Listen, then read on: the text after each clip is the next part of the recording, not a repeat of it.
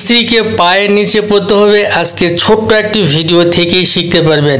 আজকের ভিডিওটি যদি আপনি দেখেন, মনোযোগ সহিত দেখতে পারেন, দেখবেন আপনার মনের আশা পূরণ হবে। আজকে আপনাদেরকে যৌন রোগের জন্য গুরুত্বপূর্ণ একটি টিপস জানিয়ে দেব। যে ব্যক্তি এই টিপস সেবন করবে তার স্ত্রী কাঁদা ছাড়া আর কোনো উপায় থাকবে না। যৌন রোগের জন্য আপনাদের এতটা উপকারে আসবে আজকের এই ভিডিওটি। ডায়াবেটিস এবং হাই প্রেশার যাদের আছে তারা আজকের এই ভিডিওটি অনুসরণ করে ওষুধ তৈরি করে সেবন করতে পারবেন।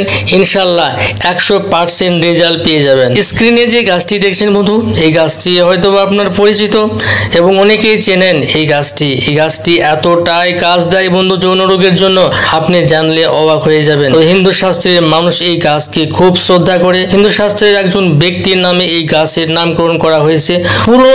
পুরনো রোগ যদি হয় তবু এই গাছ একদম ক্লিয়ার করে ফেলবে, স্থায়ীভাবে আপনার রোগ দূর করতে পারে। এই গাছের সেবন পদ্ধতি অনেকেই জানে না। ভুলভাল পদ্ধতিতে সেবন করলে আপনি কখনোই এই গাছ থেকে উপকার পাবেন না। এই গাছের বিবৃতি এবং এই টিপসটি আপনি ইউটিউবে কোথাও পাবেন না।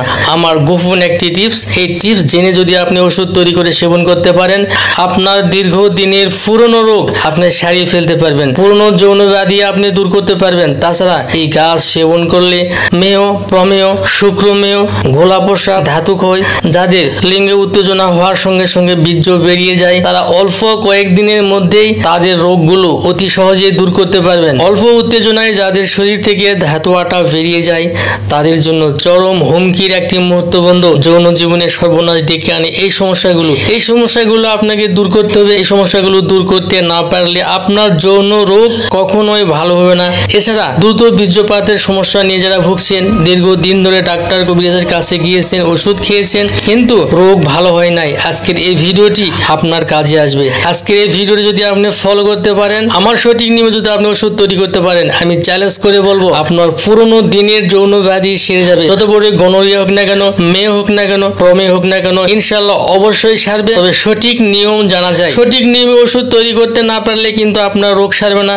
পরে আমাকে ভুলভাল কমেন্ট করবেন, এটা কখনো সম্ভব নয় বন্ধু। তাই পুরো ভিডিওটি যদি আপনি দেখেন, দেখবেন আপনি সঠিক নিয়মটা জেনে যাবেন এবং অল্প সময়ের মধ্যে আপনার পুরনো যৌন ব্যাধিকে আপনি দূর করতে পারবেন। আপনি এই রোগ থেকে মুক্তি পেতে পারবেন বন্ধু। অনেক কবিরাজ যৌন রোগের জন্য এই অর্জুন গাছের ছাল থেকে ওষুধ তৈরি করে থাকেন। অর্জুন গাছের ছাল থেকে যৌন রোগের ভালো উপকার পাওয়া যায় না বন্ধু। এই গাছের ছাল থেকে হার্টের জন্য সব থেকে বেশি কাজ করে এবং ব্রণ মেস্তার জন্য সব থেকে বেশি কাজ করে।